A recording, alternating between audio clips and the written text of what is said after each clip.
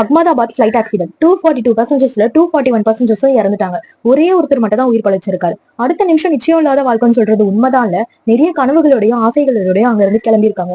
கொஞ்ச நேரத்திலேயே தண்ணியில எழுதுற எழுத்து மாதிரி அவங்க கனவுகளும் ஆசைகளும் கலைஞ்சிருச்சு, தீயில எரிஞ்சிருச்சுன்னே சொல்லலாம். இன்னும் கொஞ்ச நேரத்துல இறக்க போறோம்ன்றது கூட தெரியாம சந்தோஷமா பேசிட்டு இருக்கிற டூரிஸ்டா இருக்கட்டும், அப்பா கிட்ட நான் போயிட்டு வரப்பான்னு சொல்லிட்டு கிளம்பின பொண்ணா இருக்கட்டும், வெளிநாட்டுல போய் சந்தோஷமா செட்டில் ஆகலான்னு கிளம்பின இந்த ஃபேமிலியா இருக்கட்டும், சின்ன சின்ன குழந்தைகளா இருக்கட்டும், வயசான பெரியவங்களா இருக்கட்டும், சந்தோஷமான கப்பிள்ஸா இருக்கட்டும், இப்படி இவ்வளவு பேரும் அடுத்த நிமிஷம் சாக போறோம்ன்றது கூட நினைச்சு பார்த்து இருந்திருக்க மாட்டாங்கல்ல. வெக்கேஷன் போன இடத்துல டெரரிஸ்ட் அட்டாக், ஆர்சிபி கப்பரிச்சிருச்சுன்னு பார்க்க போன இடத்துல நிறைய டெத்ஸ், ஃபிளைட்ல போனா ஃபிளைட் ஆக்சிடென்ட், மேரேஜ் பண்ணி போனா ஒய்ஃபே ஹஸ்பண்டா ஆளை வச்சு கொள்ளுறா. ஜூன் 12 அன்னைக்கே சென்னை போரூர்ல மெட்ரோ தூண் கீழே விழுந்து ஒருத்தர் இறந்துட்டாரு. So finally what is my கருத்துனா, லைஃப் அன்பிரடிக்டபிள்ல எப்போ யாரு இருப்போனே தெரியாது. இந்த வீடியோவை பார்த்துட்டு இருக்கிற நீங்களா இருக்கட்டும், இந்த வீடியோ பேசிட்டு இருக்கிற நானா இருக்கட்டும், முடிஞ்ச அளவுக்கு எல்லாருக்கும் உண்மையா இருக்கும். மத்தவங்க நல்லா இருக்கணும்னு நினைக்கலனா கூட பரவாயில்ல, மத்தவங்களுக்கு பேக் ஸ்டாப் பண்ணாதான் இருக்கும். நாய் மேல கல்லெறியதுக்கு பதில் நாயோட பசியை புரிஞ்சுப்போம். மத்தவங்களோட அப்பியரன்ஸ் வச்சு ஜட்ஜ் பண்றதுக்கு பதில் அவங்களோட இன்னொரு சோல் என்னன்னு தெரிஞ்சு